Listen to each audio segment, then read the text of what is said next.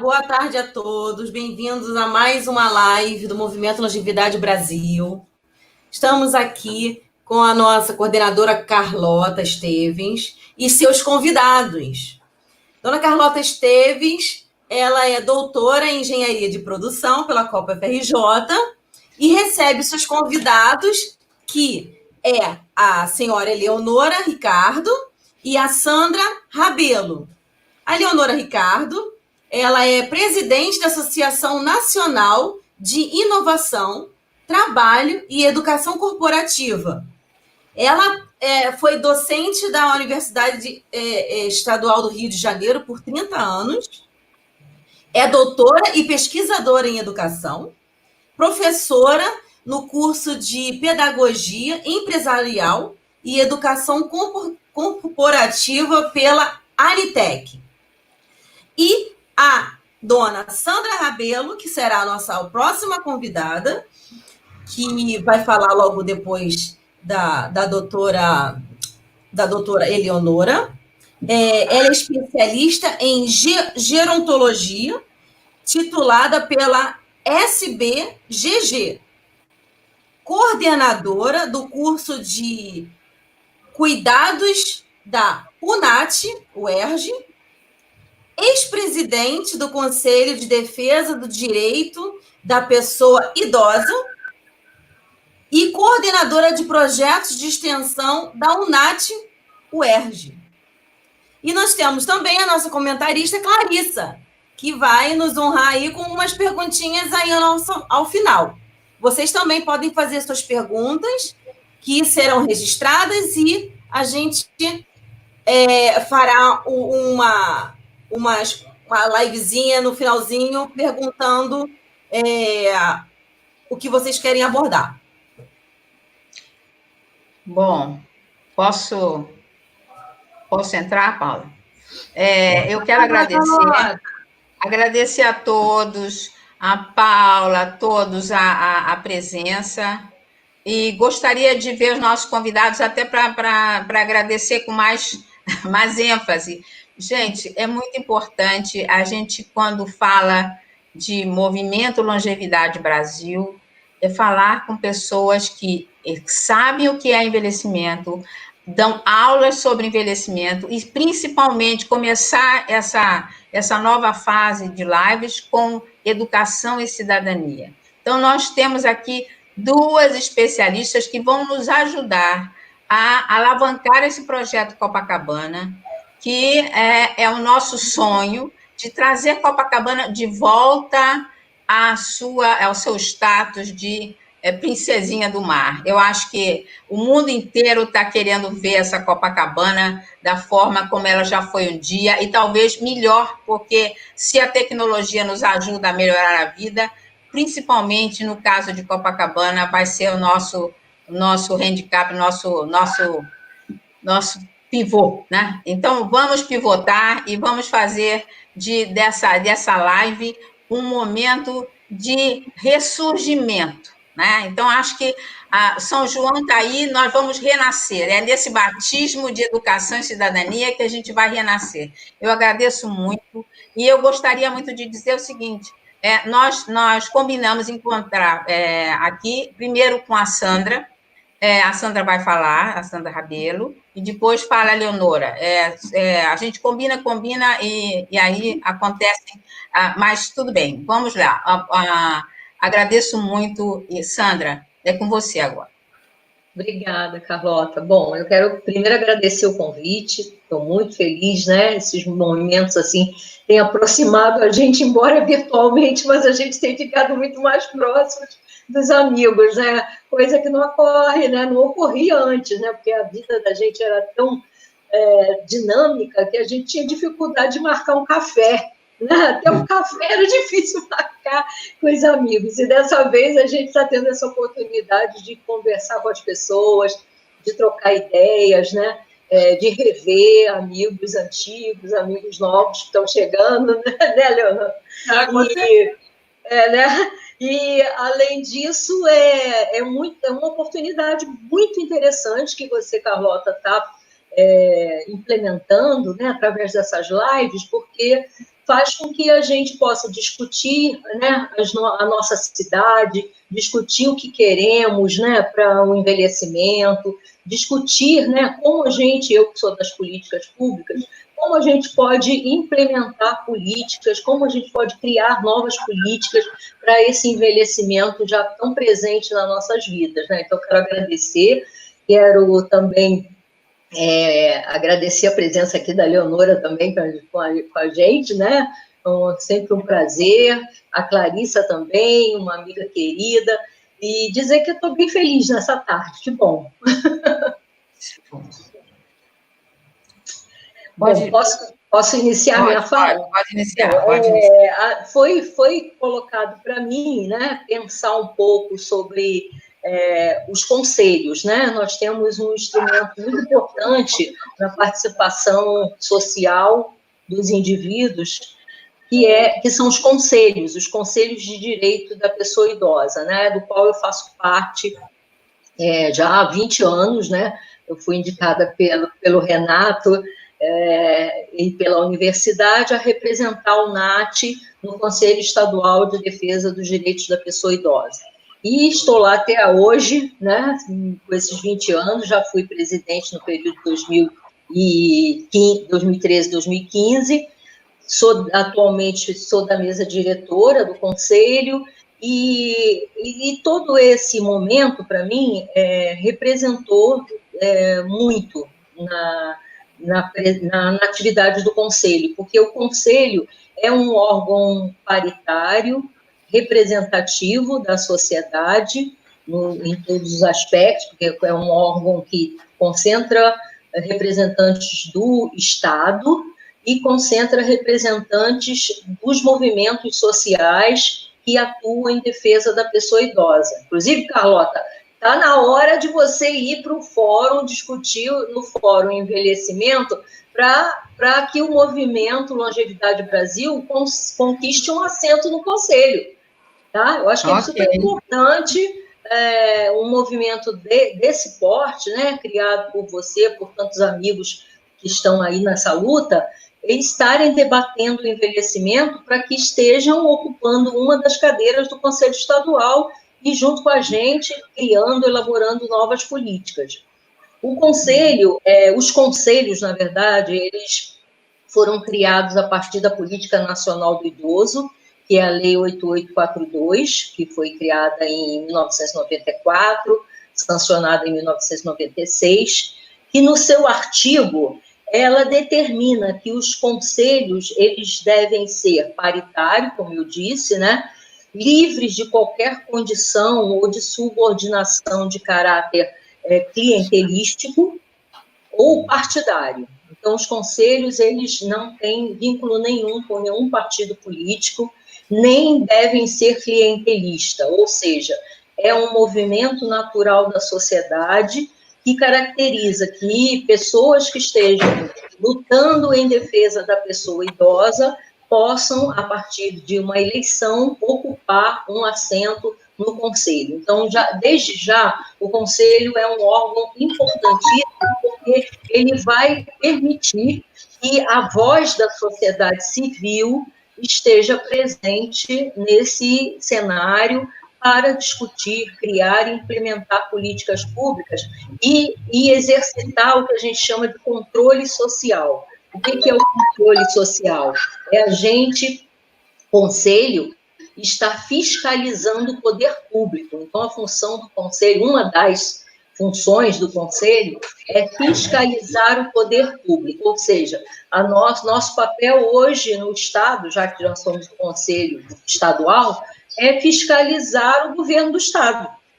Fiscalizar o governo do Estado e verificar se o governo do Estado realmente está implementando ações em defesa da pessoa idosa ou implementando ações que venham contemplar o Estatuto do Idoso. O nosso Estatuto do Idoso, a Lei 10.741, sancionada em 2003, que é o nosso marco importante, legal, ligado aos direitos fundamentais da pessoa idosa e que dá rumo a todas as políticas públicas na área do envelhecimento no Brasil. Então, uma das características do Conselho é o controle social, ou seja, fiscalizar o governo, né, para que verificar se o governo está realmente implementando a legislação no Brasil, e olha que a nossa legislação na área do envelhecimento não é pouca coisa, é uma legislação muito bem construída, que nasceu de movimentos sociais. Vale dizer que a Política Nacional do Idoso, ela nasce do movimento da COBAP e do movimento do SESC. O SESC foi pioneiro nas ações de envelhecimento, né? O SESC fez um trabalho há muito tempo atrás, já nos anos 60, né, dedicado ao envelhecimento. Então, o SESC, e logo em seguida a COBAP, que é a Confederação Brasileira de Aposentados e Pensionistas do Brasil, iniciou o processo de conquista dos direitos da pessoa idosa, que culminou na Política Nacional do Idoso, que é a nossa Lei 8842, onde a UNAT está lá. Então, se a gente abrir a Política Nacional do Idoso, a gente vai verificar investimento em centros de convivência, universidades abertas da terceira idade, enfim. Então, nós estamos na lei, estamos seguindo, né, criteriosamente as diretrizes da política nacional, mas ainda não é suficiente, não é, Carlota, nem Eleonora? Ainda não é suficiente, e nós sabemos disso, né? Por que nós sabemos disso? Primeiro, porque o poder público ainda é negligente com as políticas do envelhecimento, ainda não prioriza o envelhecimento como uma agenda significativa para o país, para a qualidade de vida dos indivíduos 60 a mais, para a sociedade que envelhece, para os jovens que vão envelhecer. Então, como o poder público não garante ainda nosso envelhecimento com dignidade, com direito, com respeito, é necessário que movimentos como o nosso, né, estejam fortes, unidos, para que a gente pressione o poder público em todas as suas instâncias, tá? Poder federal, poder estadual, poder municipal, para que eles, sim, estejam em consonância com as políticas públicas do envelhecimento e implementem, de fato, os direitos da pessoa idosa. Um fator importante, que para nós no Conselho é significativo, é controlar os índices de violência contra a pessoa idosa, violência e violação de direitos, né? Que a gente, recentemente, dia 15 passado, nós tivemos, né, a data mundial de reflexão sobre a questão da violência contra a pessoa idosa, e os nossos indicadores, as nossas estatísticas no Brasil são muito alarmantes, né?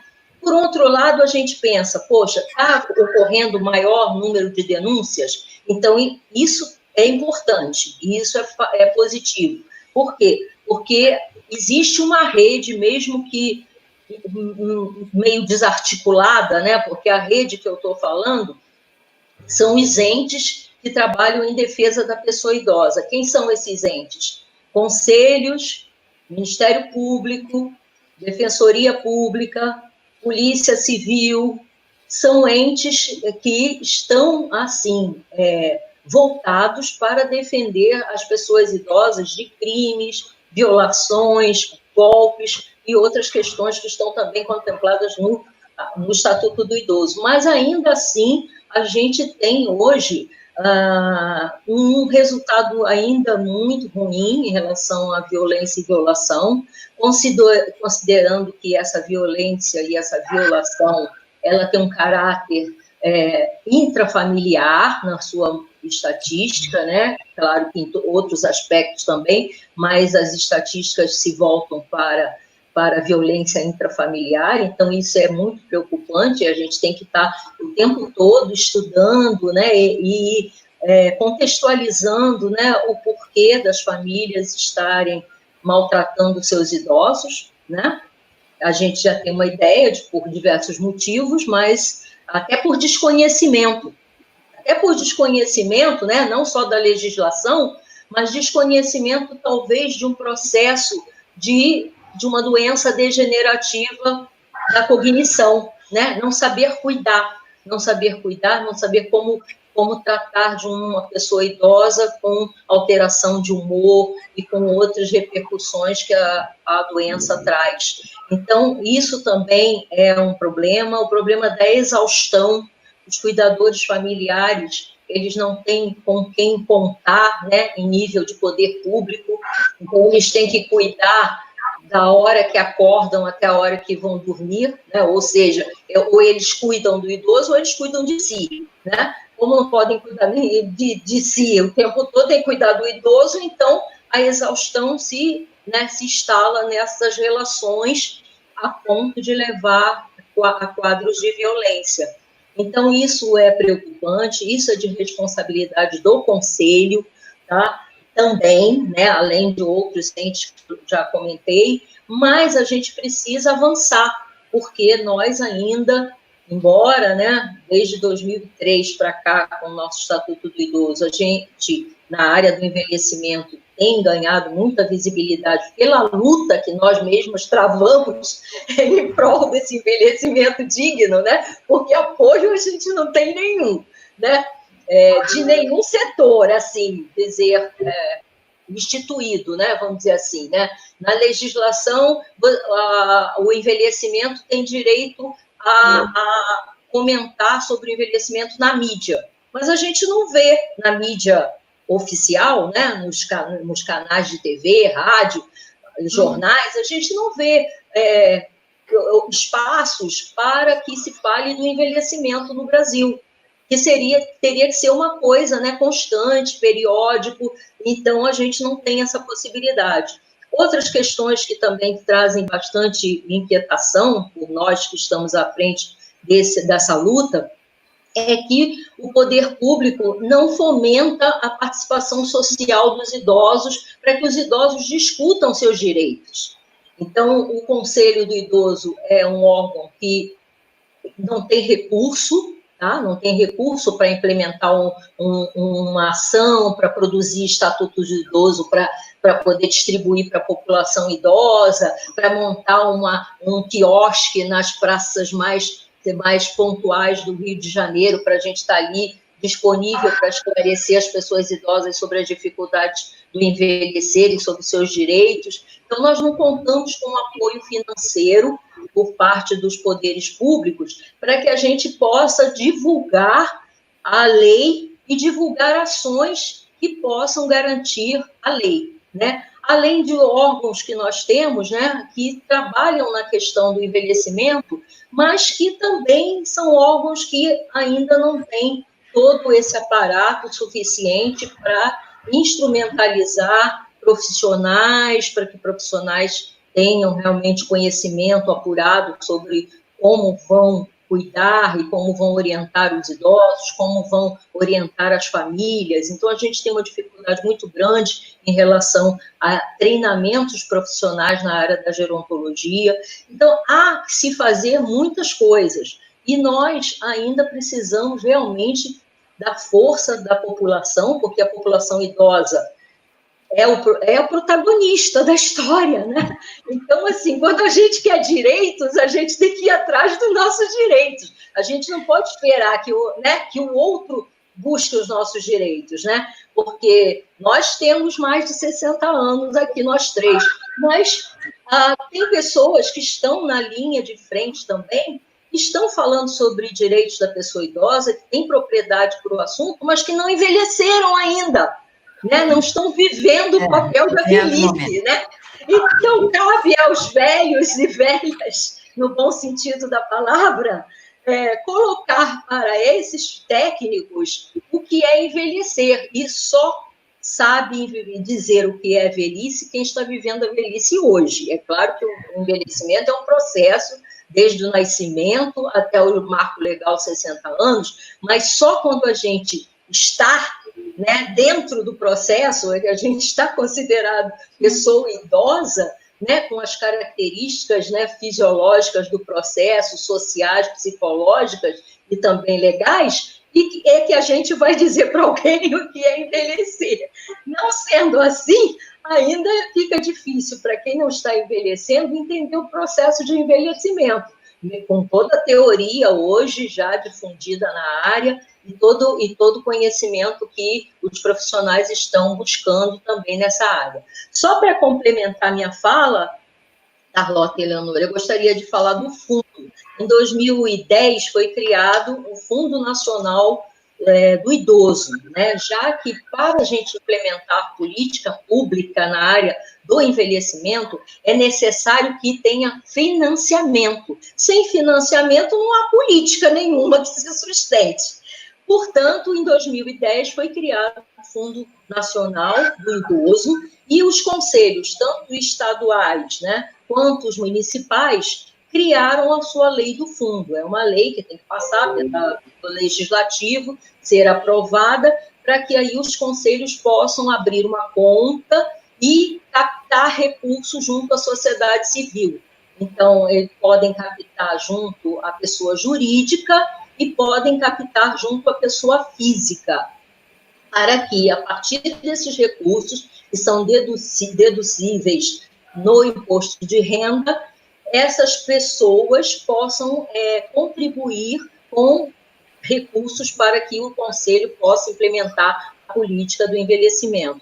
Então, é preciso que a gente divulgue bastante o fundo para que a sociedade civil, né, como um todo, possa colaborar com esse aporte para que os conselhos, já que o conselho é que vai gerir o fundo, com o apoio da Secretaria de Fazenda, que vai auxiliar no procedimento burocrático da questão, mas o conselho pode deliberar, a partir dos recursos recebidos do fundo, deliberar e votar ações, criar plano de ação para que possa realizar projetos na área do envelhecimento no estado do Rio de Janeiro, na cidade do Rio de Janeiro, que nós estamos falando do Rio de Janeiro.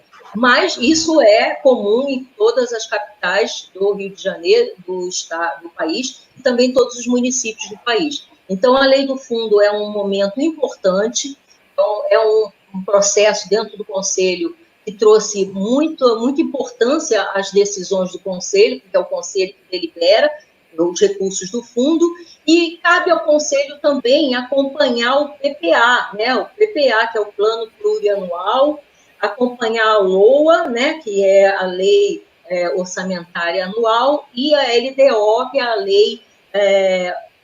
Lei de Diretrizes Orçamentárias, que são votados no Legislativo todos os anos, para os anos subsequentes. Então, precisamos realmente dar força, visibilidade aos conselhos, para que os conselhos tenham a oportunidade de vincular a política do envelhecimento, garantir e defender as pessoas idosas. É isso. Muito obrigada, muito bom, Sandra, porque é bem oportuno, muito bom, oportuno, porque o imposto de renda, a declaração, a gente acaba agora no final de junho, né? Então, é preciso que as pessoas saibam que podem contribuir para isso. Quer dizer, depois a gente vai na hora do debate, a gente vai colocar isso, porque eu acho bem pertinente. As informações que você trouxe, muito obrigada, porque realmente a gente quer fazer alguma coisa pelo idoso, tem que saber o que pode, quais são os instrumentos disponíveis, senão a gente não pode fazer nada. Né? A gente vai ficar discutindo, conversando, tomando chá, como a gente não pode tomar chá e vamos conversar? Sério. Então, agora vamos lá, Eleonora, é outra amiga importante, porque se estamos falando em corporativa, educação corporativa, é uma base do nosso projeto Copacabana. A gente vai discutir essa questão. Eleonora, a palavra é sua. Então, eu quero agradecer a Carlota, o movimento, o convite, agradecer a Sandra por esse momento, né? Nós que somos aí contemporâneas da UNAT, e temos, assim, né, um coração. Eu sei que tanto eu quanto a equipe UNAT, nós temos um coração repleto de amor, carinho, né, pelos idosos. E eu acho que, assim, a minha jornada para chegar na educação corporativa, com certeza, tem grande influência da UNAT. porque quando nós começamos a desenvolver o trabalho na universidade, era um trabalho que ninguém acreditava. A gente precisa falar isso. Ninguém se aproximava da UNAT para dar aula na UNAT, para capacitar corpo de saúde para dar aula para idosos, para fazer trabalho pedagógico com os idosos no centro de convivência. Nós fomos desbravadores ali nesse sentido, e eu já vinha da Gama Filho, de uma experiência da Gama Filho, levando um grupo da Gama Filho para a UERJ para fazer esse trabalho, junto com o Renato Veras, junto com a Neuza Eiras e tantos colegas e companheiros, né? Então, aquela vivência, na capacitação, não só dos idosos, de desenvolver atividades educacionais para os idosos, e na época, até onde eu fui supervisora de ensino, a gente deixou acho que 112 ou 113 cursos, incluindo os cursos de capacitação para os profissionais de saúde que estavam ali ligados ao NAT. Isso me valeu a ida para outros projetos direcionados para desenvolvimento de profissionais, que é o que eu faço até hoje. A fundação da ANITEC, da Associação Nacional de Inovação, Trabalho e Educação Corporativa, ela surge em 2009, no sentido de tentar estimular as empresas a investirem em educação. Nós estávamos ainda numa fase discutindo, que foi uma coisa abortada, políticas públicas para a educação corporativa no Brasil. E a gente continua na militância, procurando conversar com as empresas, tentando trazer um despertar para as empresas da importância que é investir em educação. No meio disso tudo, a gente conversa com as empresas, e até por questões educacionais, pedagógicas, da necessidade do desenvolvimento profissional e capacitação de idosos para o mercado de trabalho. Agora, então, com a questão da reforma da Previdência, isso se torna importantíssimo. Porque se antes, mesmo antes dos 60 anos, profissionais com 40, 45, principalmente mulheres, já são consideradas idosas para o mercado de trabalho e improdutivas. Os homens conseguem ainda uma sobrevida maior do que as mulheres. Mas o número de mulheres fora do mercado de trabalho e que são retiradas até mais cedo do mercado de trabalho é muito maior do que o número de homens. Mas a verdade é que, quando há uma análise de currículo, quando se olha a idade e se percebe que se já avançou para além dos 40, muitas vezes esses profissionais capacitados, qualificados, não são mais aproveitados pelas empresas. Então, hoje, a gente vivencia uma situação em que a reforma da Previdência aumenta o tempo de contribuição e a idade. Mas como essas pessoas vão continuar no sistema produtivo se as empresas as descartam? Isso é uma contradição. A outra questão, eu acompanho o desenvolvimento dos programas de capacitação das empresas grandes. Agora a gente está fazendo uma pesquisa até sobre como é que as empresas estão vendo a questão da capacitação durante e pós-Covid.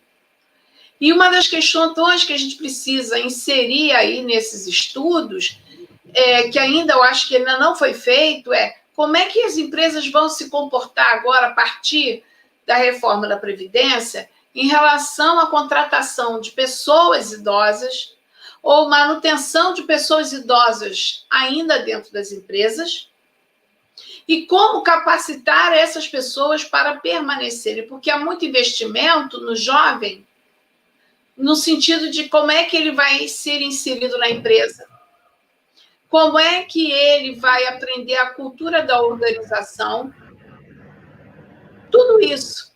Mas não se pensa, principalmente, políticas para a parte internas dentro da cultura organizacional sobre a aposentadoria. E agora, com essa reforma, como é que será a retenção dos trabalhadores idosos dentro das organizações? E ainda mais, temos outro agravante no meio disso tudo. A gente está com a pandemia, o nosso encontro hoje é um exemplo.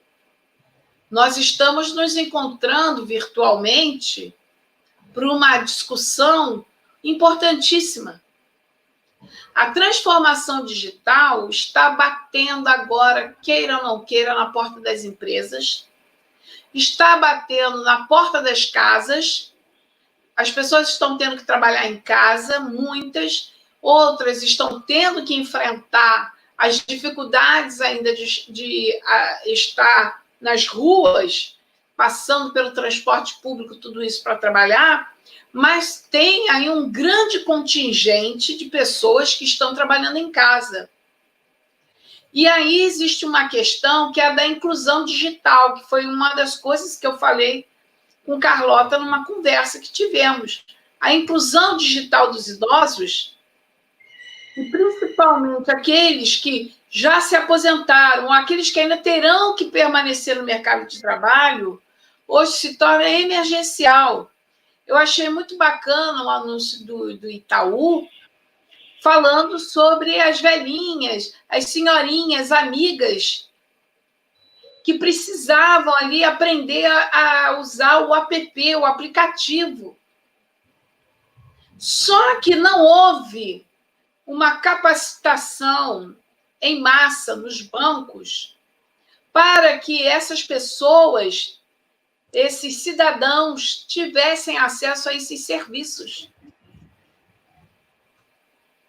Então, mesmo, vamos lá, vou completar sexta-feira 57 anos. Mesmo para mim, que sou uma pessoa que lido com a tecnologia, no meu trabalho, no meu cotidiano, eu entro para fazer uma questão do banco aqui no online. Mas eu sou obrigada a ir na agência, senão eu não concretizo o online. Isso não tem lógica.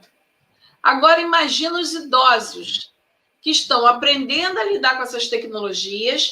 A princípio é para ele ficar em casa, mas ele não concretiza a realização dele no online se ele não for na agência. Aí o coitadinho está lá, a coitadinha está lá, querendo receber a pensão, não consegue, querendo pagar a continha dele, não consegue.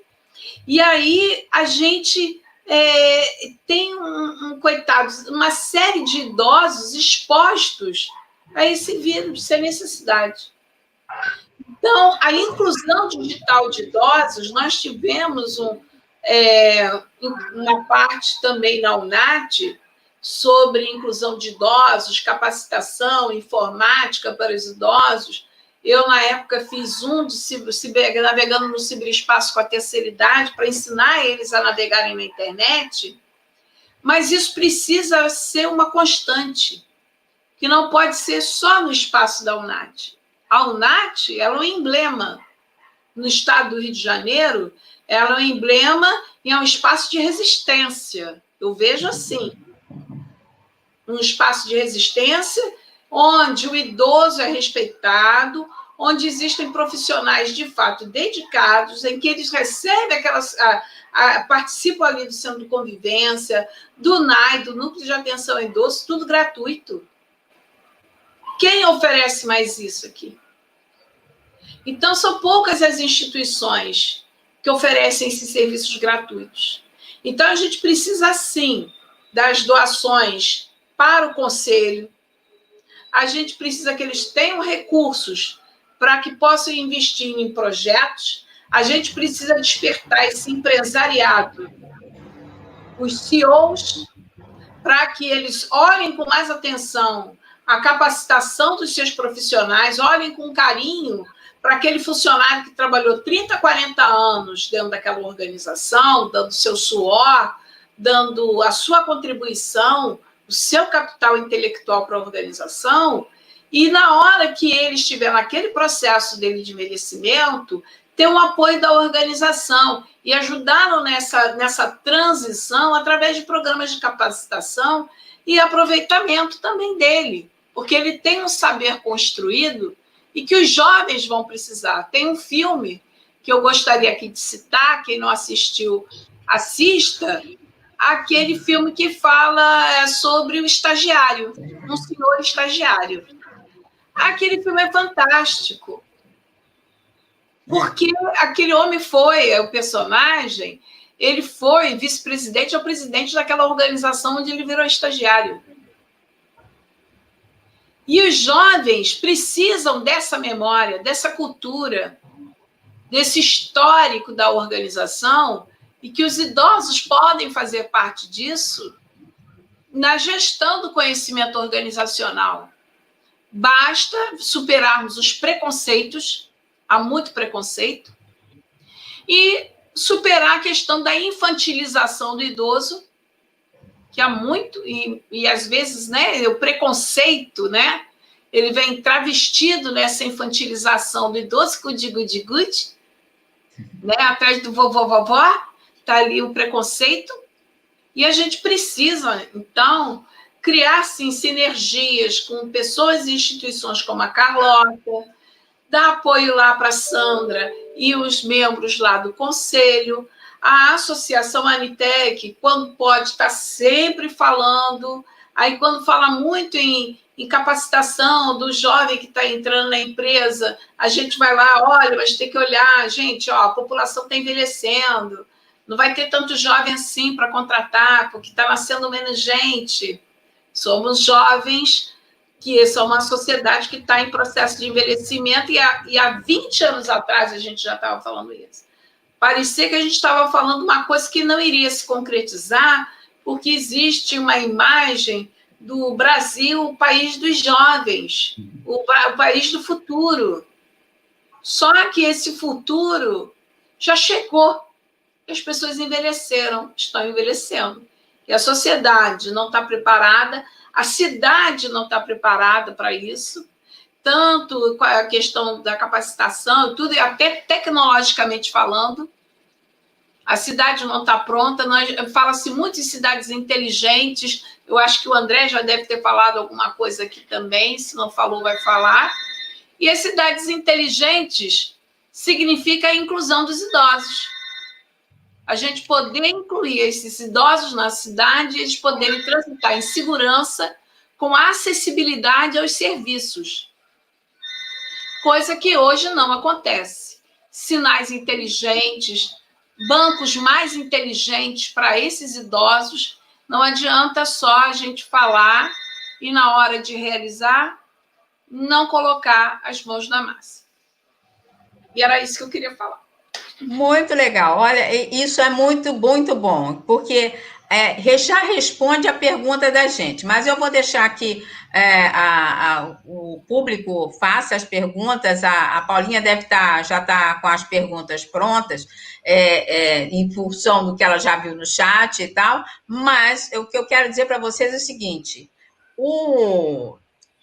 pautado no Cidades Inteligentes e no bairro inteligente, e a vontade de fazer alguma coisa por Copacabana, a gente agarrou nesse viés do bairro inteligente, e dentro dessa lógica de bairro inteligente, o que a gente tem? A gente tem que ver o que tipo de educação esse bairro tem, que tipo de necessidades eles têm, e que tipo de corporações estão desenvolvendo ações nesse bairro, porque são essas corporações, os empregados dessas corporações, que vão ajudar a gente a ouvir esse povo, né? O povo de Copacabana são os empregados do comércio, são os profissionais de saúde, e Copacabana tem tudo, você não precisa sair do bairro, você tem saúde, mercado, você tem advogado, você tem cartório, você tem tudo. Então,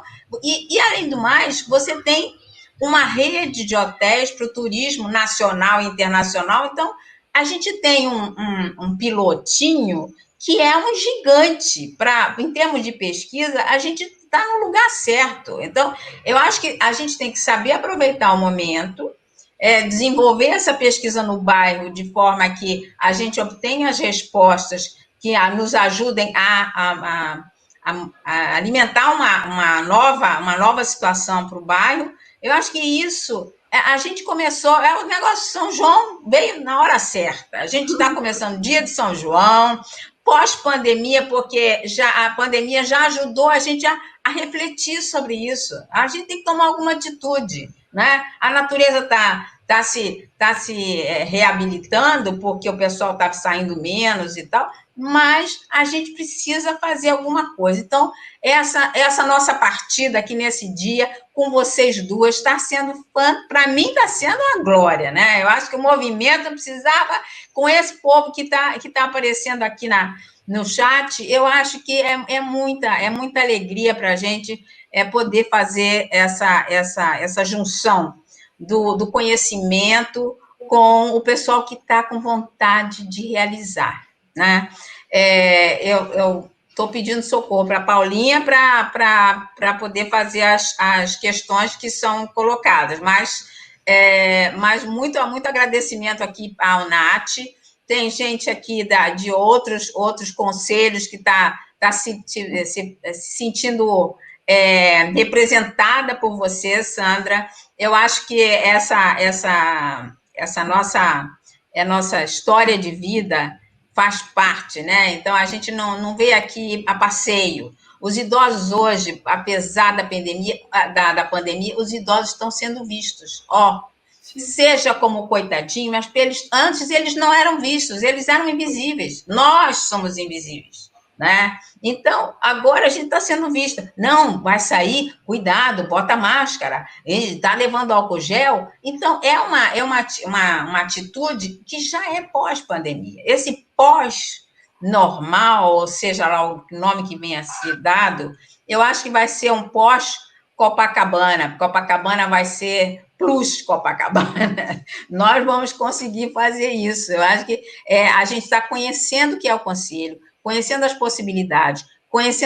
possibilidades que as corporações têm de ajudar o ambiente onde elas fazem negócio, né? Eu acho que isso tudo para a gente é o must. Eu acho que a Paulinha não ajudou, mas eu vou ter que olhar aqui as perguntas e se vocês quiserem colocar alguma coisa também, porque a gente está... a Sandra tem uma outra live, a gente está no limite do tempo, é muito bom esse virtual, é muito rápido, né? E para quem fala muito, é um negócio muito sério, mas eu estou aqui para ouvir vocês e realmente atender essa solicitação de tempo de vocês, por favor. Dona Carlota, nós temos duas perguntinhas, nós temos algumas perguntinhas, na verdade. Mas você vai rápido aí, porque a Sandra precisa sair. Fala. Eleonora, como as universidades estão se preparando para a educação dos idosos? Então, vamos lá. Eu acho que quando a UNAT começou, né, na UERJ, existia um processo antes que era o da Universidade Gama Filho. Infelizmente, a gente está assistindo à depredação daquele patrimônio enorme que a Gama Filho, né, construiu, e a gente fica muito triste quando vê as fotos internas da Universidade Piedade com a destruição que tomou conta dali. Então, até quero fazer esse meu registro, porque alguma instituição... Ali nós tivemos um programa de educação de idosos através do serviço social, e que era importante para aquela comunidade ali, onde tinha uma área médica também, um laboratório de psicologia, existia ali um suporte para os idosos daquele bairro. Então, é muito triste, porque nenhuma instituição ainda assumiu aquele espaço. Mas uma briga da família. Existem algumas iniciativas, como a da Universidade Veiga de Almeida, que eu não sei se ainda continua, mas a UNAT, ela foi a inspiradora, né? A catalisadora, PUC, depois apareceu com algum trabalho, PUC do Rio de Janeiro. Então, o que eu acho? Eu acho que a gente ainda vivencia a mesma história que a gente vivenciou na época da UNAD. As instituições de ensino ainda não investem como deveriam investir. A gente precisa de educadores prontos e especializados para trabalharem com os idosos e com os profissionais. Aí a gente não está falando só da universidade como um todo, abrigando um projeto de terceira idade. Os próprios cursos de pedagogia sofreram uma alteração curricular porque eles se tornaram cursos que passaram a focar na educação infantil. A maior parte dos cursos. E disciplinas direcionadas para a educação de jovens e adultos e idosos, principalmente a parte dos idosos, isso que era pouco, hoje não existe praticamente. São poucas instituições que um pedagogo vai desenvolver, por exemplo, uma monografia de final de curso dedicada à terceira idade.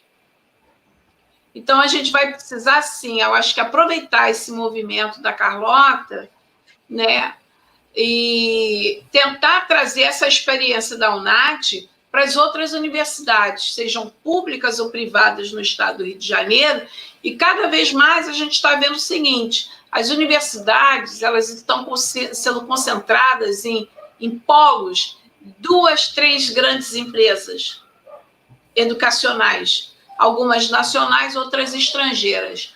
Essas instituições, esses grandes conglomerados educacionais, precisam olhar essa questão da educação do idoso e da preparação dos profissionais, sejam de saúde ou não, para se dedicarem a esse segmento. A gente fez... 2 minutinhos, Paulo. A gente fez aqui há 2 anos, a gente fez um seminário e procurou discutir com as UNATs. O Rio de Janeiro é um dos que tem mais universidades abertas da terceira idade. E foi onde a gente mais se aproximou, né, Sandra? Foi quando a gente... A Sandra está sem microfone. Sem som, você. Eu quero ouvir você. Verdade. Né? Sim. Então, e agora a gente já tem também mais... A época não tinha tanto, com tanta veemência a Uniswan se reaparelhou, tá, também já tem. Então, vamos ver se a gente, numa próxima live, a gente faz essa discussão, porque é a continuação do debate que a gente vem tendo, né? Quer dizer, a gente lançou a sementinha. O Alexandre Silva está perguntando se esse projeto de Copacabana é para todos os moradores ou abrange qualquer localização. Alexandre, a gente elegeu Copacabana como piloto. A ideia é começar por Copacabana, que é uma terra de idosos, é onde tem mais idosos, mas e com essa abordagem de Copacabana, depois a gente, se Deus quiser, vai partir para outros bairros, que cada bairro tem sua peculiaridade, né? E a cidade é dos bairros, não adianta. As pessoas gravitam em torno do seu bairro. Se tiver um show do Rock in Rio lá na Barra, o pessoal vai para a Barra, mas o seu locus vivendi é aqui, ali, Flamengo, e por aí. Agora, então, eu acho que a Marília, a Leonora respondeu, acho que a pergunta da Marília, não sei se a Paulinha tem mais alguma coisa, ou se vocês querem falar alguma coisa. Eu estou preocupada com o horário de vocês também. Não, fica horário de todos, tranquila, Carlota, ainda tem tempo aí suficiente. Tá bom. Mas, eu estava dizendo que eu sou coordenadora de pós-graduação de pedagogia e vou incentivar meus alunos a fazerem projetos e estudos na área de idosos. Realmente, muitos têm essa vontade, esse intuito de fazer, né? Mas, na hora, eles veem uma coisa mais prática, coisas que eles têm mais à mão, né? Digamos assim, que no caso é um colégio que está mais perto, então, para fazer a pesquisa fica mais fácil, né? Então, para idoso, eles botam um pouquinho mais de empecilho, mas eu vou incentivar mais, com certeza. Eu acho que faz falta, até porque, só para fechar, que eu percebo, né? Eu que milito muito pelo reconhecimento e profissionalização do pedagogo, principalmente, que essa questão de se falar da educação do idoso, existe um tabu ainda muito grande. E faltam profissionais para orientar esses alunos. Vamos falar a verdade? Faltam professores, doutores e mestres nos cursos de pedagogia que lidem com a questão da terceira idade, tenham conhecimentos na área de geriatria e gerontologia, para poder pegar e orientar esses alunos. Eu sou um exemplo disso. A minha dissertação de mestrado, não vou dizer qual foi a instituição, era para falar sobre o ensino do espanhol na terceira idade. A banca examinadora me mandou um recado de uma instituição pública. Disse o seguinte: se você apresentar este projeto, nós vamos reprovar o seu projeto. A minha orientadora chegou, porque não tinha, eles podiam dizer, nós não temos, vamos ter que buscar um orientador para você. A gente tinha ido atrás disso, né?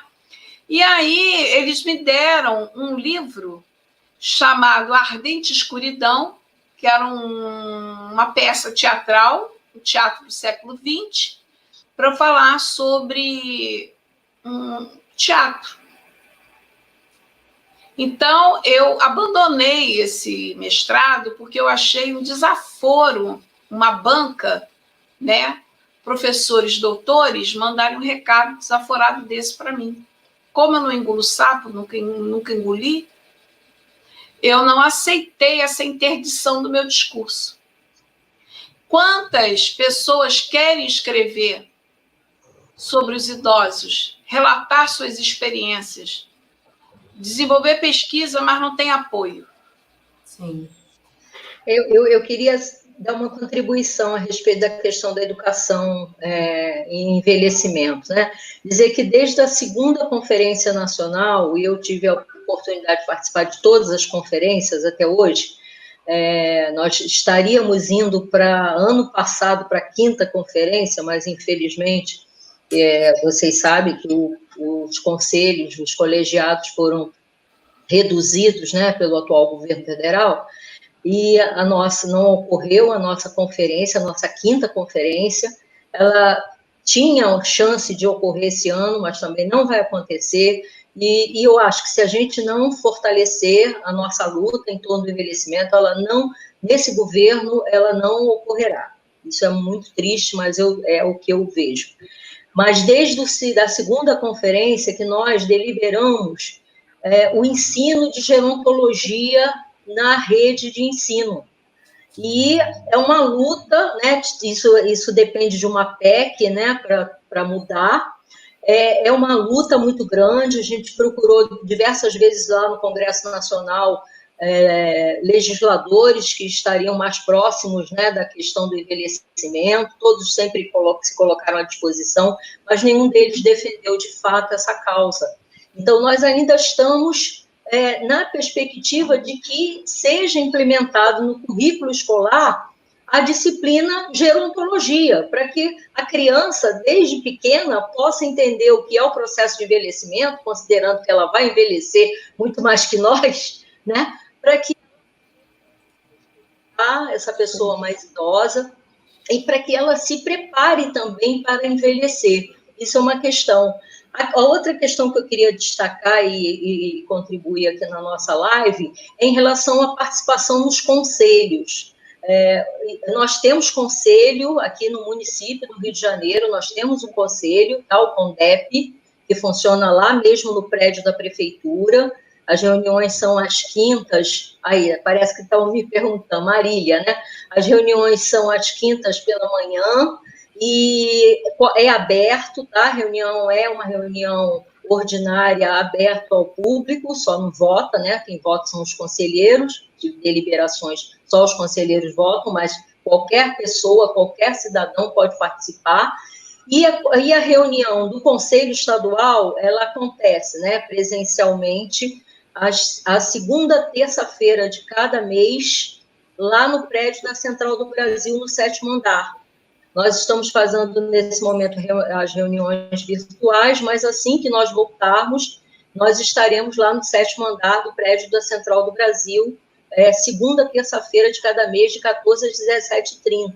Então, seria importante que as pessoas frequentassem os conselhos para entender melhor a discussão sobre o envelhecimento e as propostas deliberativas que nascem dos conselhos, para que a sociedade se empodere, né? Porque acho que foi Carlota que comentou, né, com a questão da pandemia, né? O idoso virou grupo de risco, é verdade, virou mesmo, mas eu vi muitas falas e muitos comentários vitimizando a pessoa idosa. Ah, tadinho, virou grupo de risco, tadinho, não sei o quê.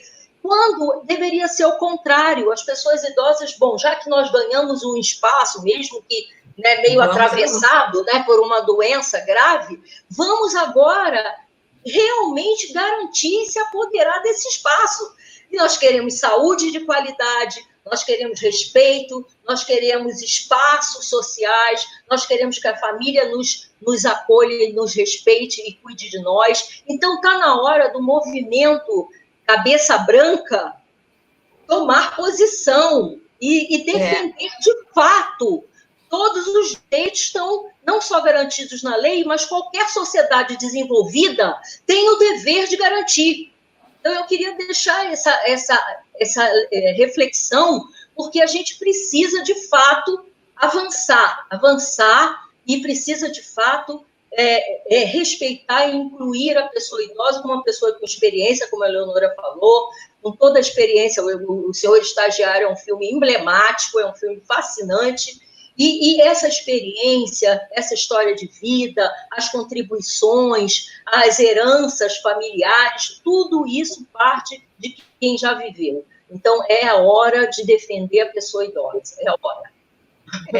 Inclusive, você não só ajudou na reflexão, como respondeu a Marília. A Marília é uma ativista da Zona Sul.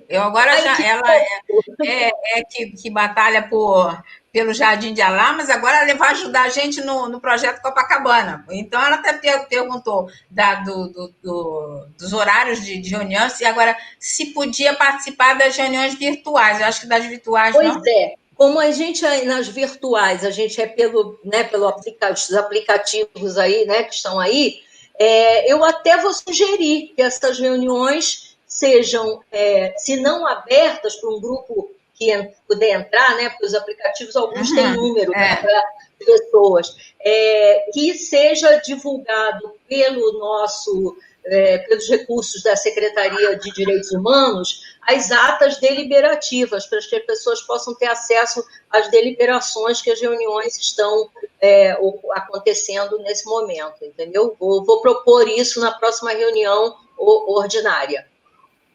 Com isso, você também está respondendo a Clarissa, que pergunta sobre como participar das reuniões dos conselhos também.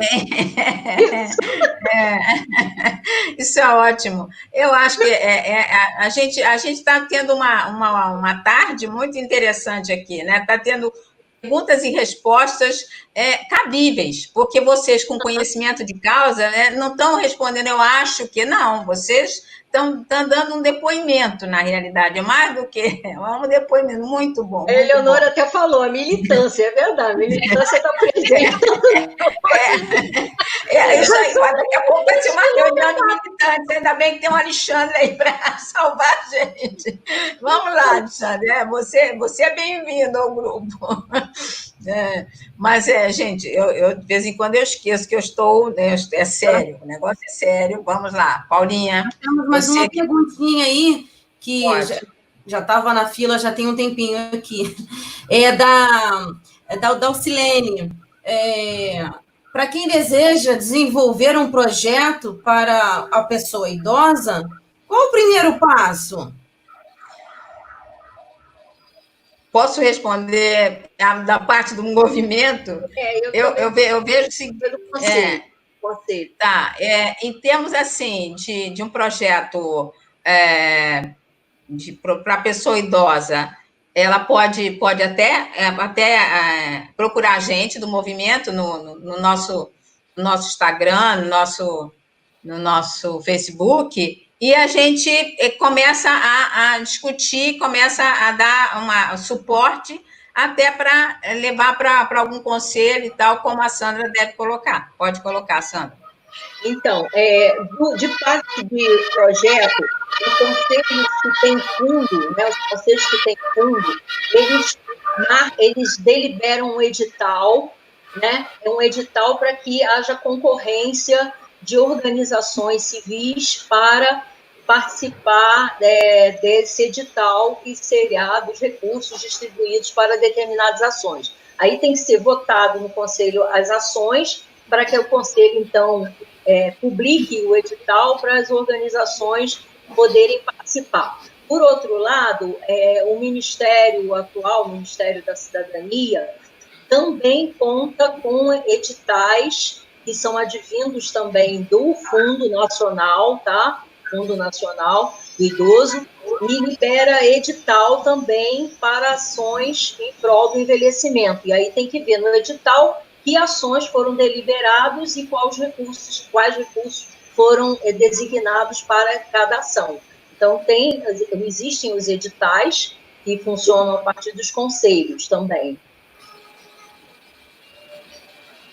Paulinha. Muito bom, muito obrigada. Mais alguma perguntinha aí, o pessoal do chat? Eu acho que a gente cumpriu o nosso horário. Vamos ser... Carlota, né? Muitos elogios aqui. Tem muitos elogios. Ai, que bom. Muito bom, gente, muito bom. Independente do que... Mais uma vez, quero, desculpa, Carlota, interromper, mas mais uma vez eu acho importante que o Movimento Longevidade Brasil possa participar das discussões sobre envelhecimento aqui no Rio de Janeiro, e para que, na época das eleições da sociedade civil, tá?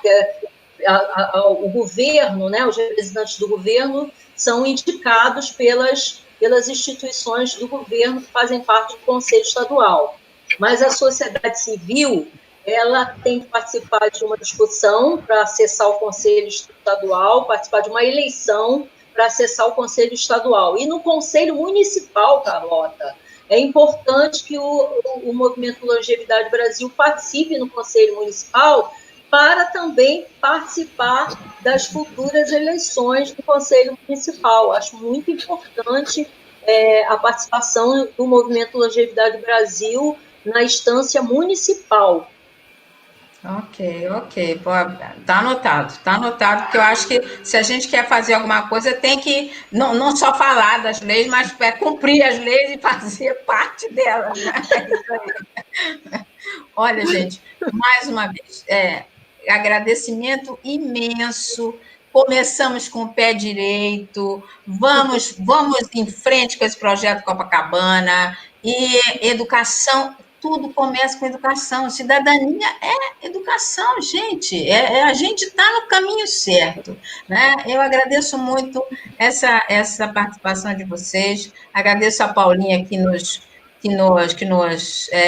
que é a integração de gerações, afinal de contas, o movimento é intergeracional, porque senão como é que a gente vai começar a trabalhar com essas ferramentas? A gente precisa da Paulinha, do Richard, da Clarissa, eu acho que isso está muito bom, e eu agradeço. Richard, nossa, Richard, nós estamos conversando aqui. Gente, muito obrigada mesmo. Tudo de bom a todos que nos brindaram. Silvia, estou vendo você também. Obrigada, gente.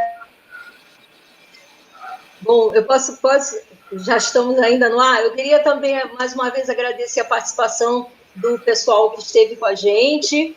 Algumas pessoas eu conheço, Lúcia, enfim, gente tão bacana, Silvia, tem um monte de gente que eu conheço que é bacana, que está aqui, a Ana, e eu queria agradecer aí as colegas todas, né, pela parceria, dizer que nós estamos na UNAT e no CEDEP à disposição dos idosos e das idosas do Rio de Janeiro.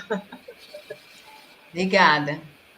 Bom, então, dizer para vocês que amei, né, passar essa tarde aqui com vocês, no meio dessa discussão, reencontrar a Sandra, estar novamente com a Carlota, conhecer a Paula, conhecer todo esse grupo que está aí nos bastidores para que essa live aqui aconteça e dizer que a Associação Nacional de Inovação, Trabalho e Educação Corporativa, a ANITEC, ela milita por essa questão da educação do trabalhador e o idoso, o trabalhador idoso ou o trabalhador em processo de envelhecimento. Isso faz parte da nossa pauta de discussão da associação e também a manutenção dos postos de trabalho. A gente entende que a educação ajuda a manter o trabalhador no espaço produtivo, no espaço do trabalho.